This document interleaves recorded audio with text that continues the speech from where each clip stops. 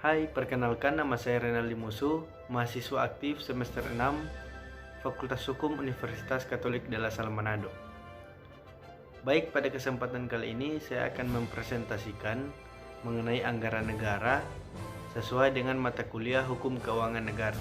Pertama, kita masuk dalam pengertian anggaran negara. Anggaran negara merupakan suatu dokumen yang memuat perkiraan penerimaan dan pengeluaran serta rincian kegiatan-kegiatan di bidang pemerintahan negara dari pemerintah untuk jangka waktu 1 tahun. Anggaran negara yang ditetapkan dalam bentuk undang-undang mengandung unsur-unsur sebagai berikut. Pertama, dokumen hukum yang mempunyai kekuatan hukum mengikat. Rencana penerimaan negara baik dari sektor pajak, penerimaan negara bukan pajak, dan hibah. Yang ketiga, rencana pengeluaran baik bersifat rutin maupun pembangunan. Yang keempat, kebijakan negara terhadap kegiatan-kegiatan di bidang pemerintahan yang mempunyai prioritas maupun yang tidak mempunyai prioritas. Yang kelima, masa berlaku hanya setahun kecuali diberlakukan untuk tahun anggaran negara pada tahun berikutnya. Kita masuk ke dalam fungsi anggaran negara. Fungsi anggaran negara berdasarkan kajian hukum tata negara adalah perpaduan kedaulatan rakyat yang dilaksanakan oleh Presiden bersama Dewan Perwakilan Rakyat atau DPR. Dalam kaitan dengan ilmu hukum, fungsi anggaran negara dapat dikaji dari aspek hukum tata negara dan hukum keuangan negara, karena proses penyusunan sampai pengesahan dan substansi yang dikandung mengacu pada kedua cabang ilmu hukum tersebut. Presiden pada hakikatnya berwenang mengajukan rancangan undang-undang tentang anggaran pendapatan belanja negara atau APBN. Dewan Perwakilan Rakyat merupakan pelaksana kedaulatan rakyat di bidang legislasi, khususnya di bidang anggaran negara. Fungsi anggaran negara berdasarkan kajian hukum administrasi negara tertuju pada penguasaan dan pelaksanaan anggaran negara oleh Presiden bersama pembantu-pembantunya atau sering disebut menteri-menteri. Anggaran negara yang berwujud keuangan negara dikelola oleh bendahara. Dalam pengelolaannya, wajib dilakukan berdasarkan ketentuan peraturan perundang-undangan yang berlaku terkait dengan keuangan negara, termasuk mempertanggungjawabkan dalam waktu yang ditentukan. Kita masuk dalam sifat hukum anggaran negara.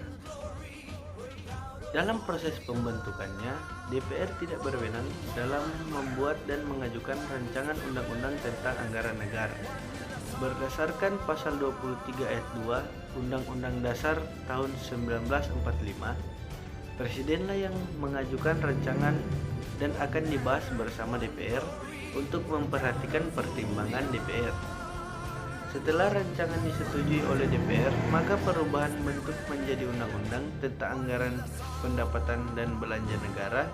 Apabila telah jadi undang-undang, maka wajib diundangkan dalam lembaran negara agar dianggap secara hukum telah diketahui keberadaannya.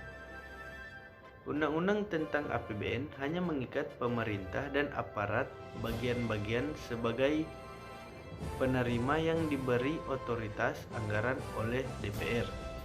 Oleh karena itu, Undang-Undang APBN tidak dapat dijadikan dasar gugatan atau keberatan karena tidak mempunyai kekuatan hukum dan tidak mengikat secara umum.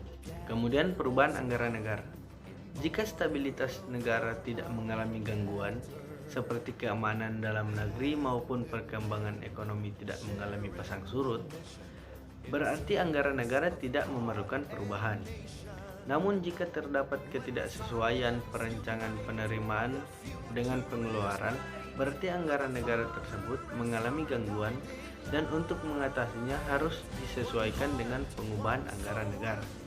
Anggaran negara ditetapkan dalam undang-undang, berarti perubahannya juga harus dilakukan dengan undang-undang. Perubahan anggaran negara dapat dilakukan pada pertengahan tahun anggaran yang berjalan berdasarkan usulan perubahan undang-undang tentang APBN oleh Presiden. Rancangan perubahan diajukan oleh Presiden kepada DPR dalam bentuk rancangan undang-undang untuk mengantisipasi perkembangan yang dialami negara. Kita masuk dalam APBN. Pertama, pengertian.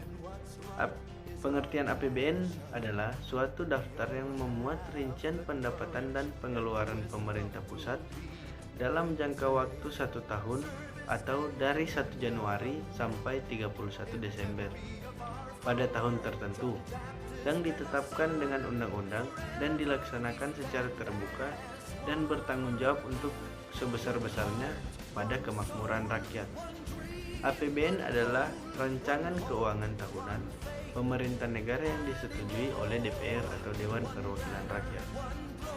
Dasar hukum APBN itu terdapat pada pasal 23 Undang-Undang Dasar tahun 1945. Tujuan dari APBN sebagai pedoman penerimaan dan pengeluaran negara dalam melaksanakan tugas kenegaraan untuk meningkatkan produksi, memberikan kesempatan kerja, dan menumbuhkan perekonomian untuk mencapai kemakmuran masyarakat. Fungsi APBN yang pertama, fungsi otorisasi, fungsi perencanaan, fungsi pengawasan, fungsi alokasi, fungsi distribusi, dan fungsi stabilisasi. Kita masuk pada APBD atau Anggaran Pendapatan dan Belanja Daerah. APBD adalah rencana keuangan tahunan pemerintah daerah yang dibahas dan disetujui bersama oleh pemerintah daerah dan Dewan Perwakilan Rakyat Daerah atau DPRD dan ditetapkan dengan peraturan daerah. APBD disusun sesuai dengan kebutuhan penyelenggaraan pemerintahan dan kemampuan keuangan daerah. Dasar hukum APBD itu pertama Undang-Undang Nomor 32 Tahun 2004 tentang Pemerintahan Daerah.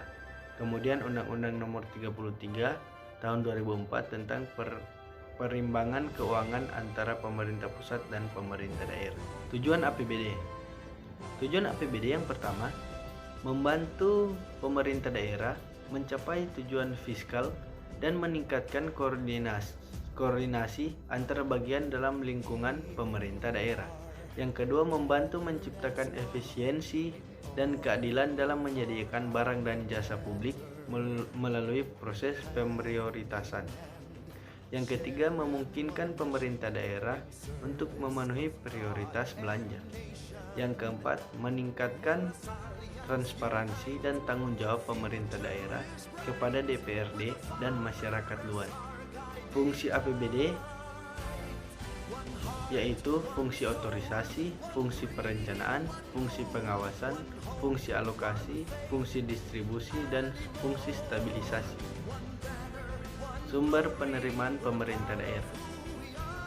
Sumber penerimaan pemerintah daerah ini antara lain retribusi perizinan tertentu, retribusi jasa umum, retribusi jasa usaha,